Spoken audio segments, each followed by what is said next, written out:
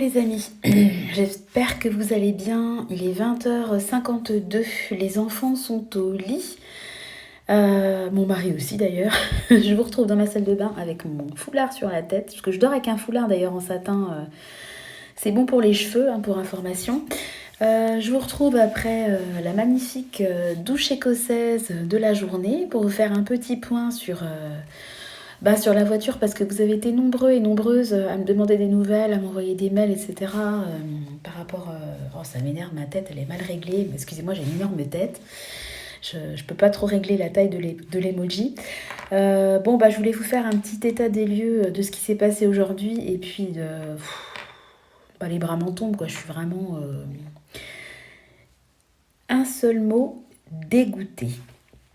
Donc, vous vous souvenez qu'hier, j'avais laissé en catastrophe ma voiture sur un terre-plein. Mon mari avait réussi tant bien que mal à l'emmener au garage qui était à 200 mètres, à un vol d'oiseau du terre-plein. Et puis, on attendait ce matin, en fait, ce matin, le garage a pris la voiture en charge. On attendait donc dans la journée le verdict concernant l'état de la voiture. Donc le verdict est tombé dans l'après-midi. Enfin, mon mari a rappelé, parce que comme d'habitude, on attend toujours que le garage nous rappelle, mais il nous rappelle jamais. Donc il l'a rappelé. Et puis, la courroie de distribution part en charpie, en éclats, se désintègre complètement. Et donc, il y a des éclats partout, et il faut donc changer le moteur. Donc il faut s'attendre à peu près à une douloureuse. Quand hier je parlais de douloureuse, j'avais raison, d'à peu près 5 000 €. Moi je rigole, mais je ris jaune, quoi. Voilà. Donc là, j'avoue que je suis tombée de ma chaise quand même quand mon mari m'a dit ça, parce que je m'attendais pas à ça. Parce que pour moi, changer le moteur, c'est la pire panne possible, quand même, pour une voiture, en sachant que cette voiture-là, nous l'avons achetée en février et qu'elle était garantie jusqu'au mois de juillet ou d'août. Enfin bon, elle est plus sous garantie, quoi, clairement.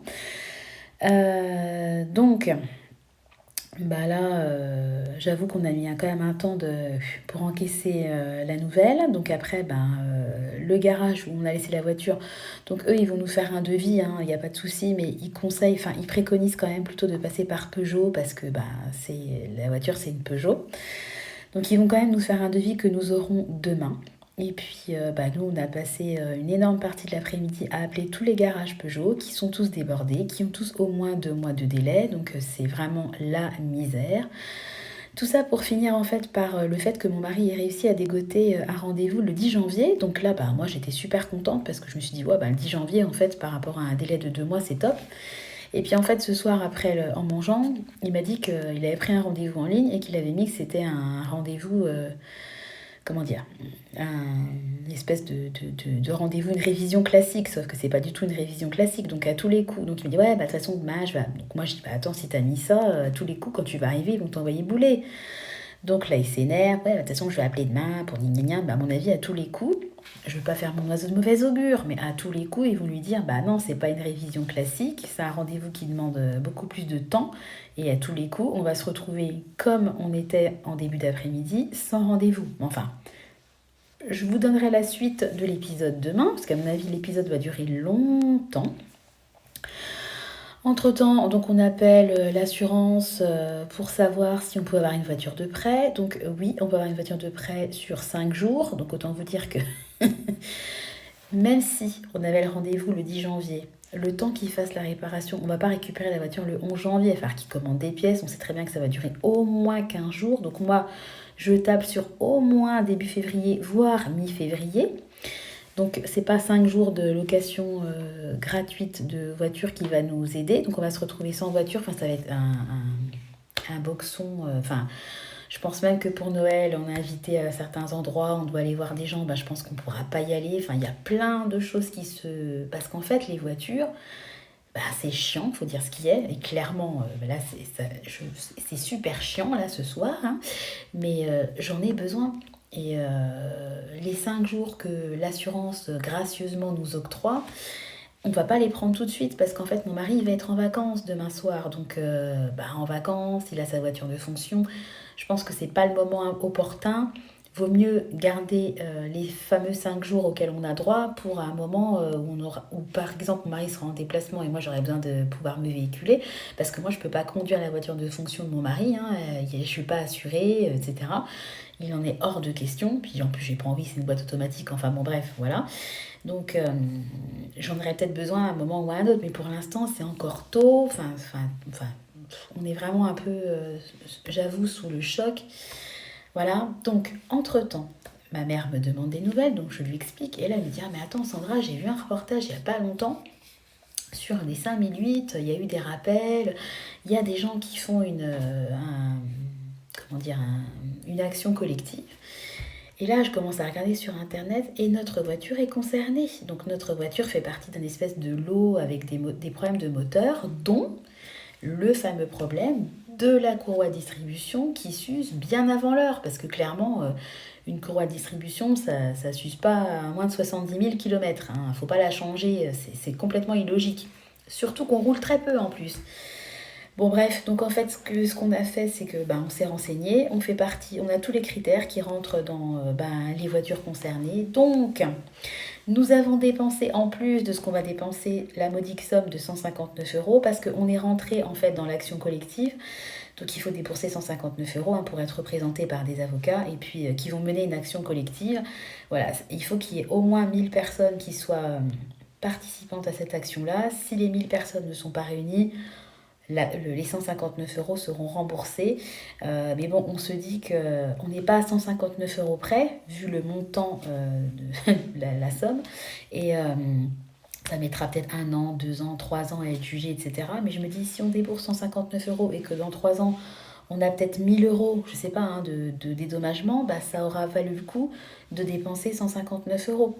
Voilà, alors pour être positif dans l'affaire, parce que franchement, c'était difficile quand même de trouver du positif, on se dit quand même qu'on a entre guillemets la chance d'avoir l'épargne pour pouvoir sortir cette somme-là, parce qu'il y a beaucoup de gens qui n'ont même pas un compte dans le vert, qui sont dans le rouge tous les mois, donc on se dit que c'est déjà une chance de pouvoir financer ça, parce que je me dis, mais des gens à qui ça arrive, des mères, des pères solos, qui n'ont pas de famille sur place, mais qui doivent... Si demain je devais aller travailler par exemple, mais comment je fais? Parce que moi je suis dans un endroit, il n'y a pas forcément des transports en commun pour aller partout. Et puis des trains, il y en a des bus. Il y en a même, avant il y en avait un par heure, maintenant il n'y en a même plus un par heure. Il faut carrément appeler la veille pour réserver le truc. Enfin bon, c'est tout un truc. Je me dis, mais il y a des gens qui peuvent se retrouver dans une noire à cause de ce genre de problématique. Donc on se dit que bon, on a quand même la chance d'avoir l'argent disponible, même si clairement j'aurais préféré utiliser l'argent à autre chose, parce que par exemple, j'avais une épargne vacances 2026. Cette épargne-là, je vais la ponctionner, je vais la vider pour payer les frais. J'avais une épargne remplacement de voiture, c'est-à-dire que nous, on a acheté la voiture en février. Et à partir de février, je mettais tous les mois une somme pour pouvoir financer cash notre future voiture. Je vais le décaisser et puis je vais le mettre dans les futurs frais de réparation. Enfin, bon, je vais ponctionner un peu dans mes diverses épargnes l'argent. Et c'est vrai que ça m'énerve un peu, parce que toute l'année vous épargnez et puis en un coup comme ça, pour un truc dont vous n'êtes absolument pas responsable, et je vais me retrouver à devoir décaisser 5 000, peut-être 6 000, parce que 5 000 c'est à la louche, mais ça peut être 4 008 comme, je sais pas moi, 5 009. Enfin, vous savez, on n'est plus à 1 000 euros près. Donc voilà, mais enfin on se dit quand même qu'on a la chance de pouvoir financer ça cash, parce qu'on pourrait vraiment se retrouver dans une galère pas possible. Et puis on se dit, c'est ce qu'on s'est dit avec mon mari, pour se remonter un peu le moral, on s'est dit que bon, une fois que vous avez changé le moteur, entre guillemets, comment dire, attendez, je vous reprends. Alors excusez-moi, je vous reprends à bout de bras. En fait, comme j'ai mes AirPods à côté, j'avais marqué AirPods connectés et je me suis dit, alors si je suis en train de parler dans le vent depuis 10 minutes, c'est un peu bête, donc j'ai préféré vérifier. Donc je voulais juste clôturer la vidéo en disant que pour voir le positif, on se dit que si on doit changer le moteur, en fait c'est comme si un peu on repartait avec une voiture neuve, quoi, parce que la voiture aura la carrosserie qui aura l'âge de ses artères, on va dire. Mais bon, le moteur neuf, c'est comme si vous aviez une voiture neuve. Donc, ce que je vais décaisser dans mon épargne remplacement de voiture, en fait, le remplacement de la voiture sera d'autant plus décalé par rapport au fait d'avoir un moteur neuf. Enfin, je ne sais pas si je suis très claire dans ce que je dis, mais Au lieu de changer de voiture dans 5-6 ans, ben, on changera peut-être de voiture dans 7-8 ans. Enfin, ce qu'on va décaisser aujourd'hui, je l'espère, sera reporté dans le futur, quoi. L'épargne qu'on aura décaissée aujourd'hui ben, servira à décaisser une future épargne plus tard. J'espère que je suis claire. De toute façon, je suis crevée. Et puis, j'avoue que j'ai la tête un peu comme une citrouille parce que je suis partie un peu dans tous les sens aujourd'hui, entre le fait de se mettre dans l'action collective, le fait de trouver un garage, au final de se dire, bah, ça se trouve, mon mari pense qu'il a trouvé un garage, mais au final, demain, on va recommencer le même cinéma. J'ai pensé également à un truc, hein, je me suis dit, mais attends, parce qu'en fait, notre voiture fait partie de voitures qui ont été rappelées en 2020. Et nous, on a acheté notre voiture en février 2023. Et je me dis, la voiture, on l'a achetée par un professionnel. Et je suis en train de me dire quand même, mais est-ce que le professionnel n'a pas obligation quand même de, ne serait-ce que d'informer en fait le client qu'il y a eu un rappel sur ce lot de voitures? Je me pose la question. Donc demain, on va essayer de contacter notre assistant juridique parce qu'on a une protection juridique qu'on paye tous les mois. Donc je me dis, quitte à la payer, autant se renseigner. Et je me dis que si ça se trouve, peut-être qu'on peut se retourner aussi contre le vendeur parce que c'est pas un particulier. Parce que clairement, moi, si j'avais vendu ma voiture, je l'aurais vendue vraiment en bonne foi, en n'ayant absolument aucune connaissance de ce rappel. Donc, avec un particulier, ça aurait été différent. Mais là, on est passé par des professionnels. Donc, évidemment, la garantie n'est plus active, mais je me dis, ils ont peut-être aussi commis, eux, une faute de leur côté. Enfin, peut-être à creuser. Je n'attends absolument rien de ça, mais je me dis, attendez, c'est quand même, si c'est leur job et qu'ils devaient le faire, je vois pas pourquoi je fermerais les yeux et comme une gourde, je paierais 5 000 € sans me retourner contre eux. Donc, je vais voir si ça fait partie de leur job ou pas, s'ils auraient dû me le dire ou pas, et s'il y a eu un manquement, clairement, je ferai le nécessaire. Après, même si c'est une action qui dure, comme je vous dis, un peu comme l'action collective, hein, qui dure plusieurs mois, même plusieurs années, je m'en fous. Moi, j'estime que j'ai été quand même lésée. Moi, je suis tombée sur un mauvais lot, j'ai pas eu de bol, donc je vois pas pourquoi je ne ferais pas partie de l'action collective. Et si la personne qui m'a vendu la voiture devait m'informer de ce problème-là, si elle ne l'a pas fait, pour moi, c'est un manque. Donc, je vais faire quelque chose, intenter une action en justice. Alors, c'est pas du tout mon truc, je déteste ça. J'ai déjà plein d'administratifs à gérer tous les mois avec les appartements, les quittances, les machins, c'est lourd. J'ai pas envie de me rajouter ça sur les épaules, mais je vais quand même. J'avais pas non plus envie de débourser 5 000 € en fin d'année juste avant Noël, hein, et j'aurais pas le choix. Donc, s'il y a eu un manque, je ferai jouer mes droits. Après, pour terminer sur une note, encore sur une note positive, parce que bon, on a l'argent, on va voir le positif. On aura un nouveau moteur, voyons le positif, même si clairement ça me gave, hein. Tristan, trop mignon. Il demande des nouvelles de la voiture parce que il n'y a plus de voiture depuis hier, donc ils font les trajets à pied, etc. Et on lui dit, la voiture Tristan, elle a un gros souci, il va falloir, ça va prendre du temps, voilà, on lui explique un petit peu, il me dit, oh mais papa, maman, moi je vais vous aider, je vais vous donner mon billet de 20 €, parce qu'en fait il a sa petite pochette, avec sa petite pochette zippée, et dedans il a des petits sous, dont un billet de 20 €, et trop mignon, il a voulu nous donner son billet de 20 €, franchement ça m'a... Ah, c'est un peu comme Clément quand il m'a dit, maman je t'aime dans la vidéo, de manière spontanée, ça c'est des moments...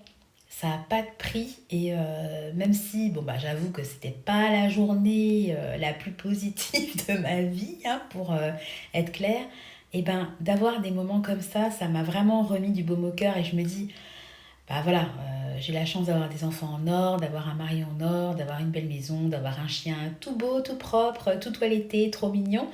Donc, même si, clairement, je le redis, je suis clairement dégoûtée de devoir sortir une telle somme parce qu'on ne se parle pas de 50 €, hein. Je suis vraiment, faut dire ce qui est, je suis écœurée. Enfin, cet argent-là, j'ai mis 5 000 €, ça ne se met pas de côté en 10 jours, quoi, hein. C'est quand même des semaines, des mois d'économie. Donc, je suis vraiment dégoûtée. Mais bon, je vois le positif et je me dis que cette somme-là, je l'ai. Donc, c'est déjà beau. Donc, écoutez. De toute façon, je vais pas tarder quand même à faire le bilan de l'épargne 2023. Alors après, il va être un peu biaisé parce que, en sachant que demain, le garage de notre village, même s'ils nous conseillent de passer par un garage Peugeot, ils vont nous faire un devis. Donc on va voir ce que ça va donner parce que si le devis, il est à peu près de 5 000 €, je suis pas sûre qu'on va attendre non plus. Enfin bon, ouais, bref, on va réfléchir. De toute façon, je pense que la nuit va me porter conseil, etc. Mais pourquoi je vous parlais de ça? Oui, je vais faire le bilan 2023, mais il va être un peu biaisé parce qu'il va y avoir tellement de dépenses inattendues qui vont tomber, que je vais être super contente d'avoir réussi à épargner X euros sur 2023, mais d'un autre côté, quand je vais vous annoncer la somme, bah dans ma tête, je vais me dire, ouais, j'ai épargné tant, mais il y a 5 000 voire 6 000 euros qui vont bientôt partir en fumée, quoi. Enfin bon, bref, bon, j'aurais quand même réussi malgré tout à épargner X euros sur 2023, faut le voir comme ça, parce que sinon, bon ben, sinon je fais même pas le calcul, je fais même pas la vidéo, et puis je reste à faire ma rageuse dans mon coin, mais bon, qu'est-ce que vous voulez, c'est la vie. La voiture, elle marchait super bien, c'est une super voiture, il y a de l'espace, elle est top. C'est juste qu'on n'a pas eu de bol et qu'on on est tombé sur un mauvais lot, quoi. Donc, ben, malheureusement, ça arrive, hein. Ça fait 25 ans qu'on a des voitures, on n'a jamais eu de soucis. Bah, aujourd'hui, ça y est, ça nous tombe dessus. Mes parents, ils ont eu le même problème avec une Ford. C'est pas forcément la marque, c'est comme ça. C'est un peu la faute à pas de chance, hein. Bah, des fois, ça arrive et aujourd'hui, c'est tombé sur nous. Voilà. Donc, je voulais vous faire le débrief parce que j'ai plein de personnes qui m'ont demandé des nouvelles. Donc, j'ai j'ai pris sur ma fatigue parce que j'avoue que j'ai qu'une envie, c'est de dormir. Et j'ai pris sur ma voix parce que ma voix, elle est cassée. Et là, je force. Donc, je vais arrêter de parler parce que sinon, demain, je pense que je vais me lever et que j'aurai vraiment plus de voix. Donc, je vais vous souhaiter à tous une bonne soirée. J'espère que de votre côté, c'est plus brillant que du nôtre. Je pense que vous n'aurez pas de mal, hein. Voilà. Et puis, de toute façon, demain, bah, vous aurez une vidéo. Demain, j'avais programmé une vidéo blabla. D'ailleurs, c'est drôle parce que c'était une vidéo un peu ras-le-bol sur des commentaires qui étaient pas sympas. Enfin, c'est rigolo. Enfin, ouais, c'est marrant que la vidéo ait été programmée demain. Enfin, vous verrez pourquoi. Et puis, je vous avais déjà filmé aussi en avance une vidéo sur un retour de course de Picard, hein, que j'ai récupéré un click and collect Picard. Donc, vous verrez ça dans les prochains jours. Et je suis contente pardon, d'avoir quelques vidéos d'avance parce que des fois quand j'ai pas le moral, quand c'est compliqué, bah vous voyez, je pense que demain et après-demain, je ferai pas de vidéo. Je vais juste me peser. Oh, faut surtout pas que je me pèse parce qu'alors là, je crois que c'est le restant de la colère de Dieu. Là, je suis en déprime jusqu'à 2024. Non, je vais pas me peser, je vais me poser et puis prendre un peu de temps pour moi et puis prendre un peu de recul. Voilà, bon bah écoutez, je vous fais à tous des gros bisous. Je vous remercie pour vos messages, pour vos encouragements. Vous inquiétez pas, ça va aller. Ce n'est que du matériel et bon, il y a des gens qui ont de gros problèmes de santé, des grosses difficultés, qui sont en séparation, qui sont en deuil, etc. Donc même si c'est une grosse somme et que vraiment ça me fait vraiment royalement suer, je me dis qu'il y a des situations beaucoup plus compliquées que la nôtre. Donc voilà, j'essaie quand même malgré tout de voir le positif. Voilà, je vais vous laisser, je vais vous faire à tous des gros bisous, vous souhaiter une bonne soirée et puis vous donner rendez-vous demain dans la vidéo. Allez, à bientôt, bye bye.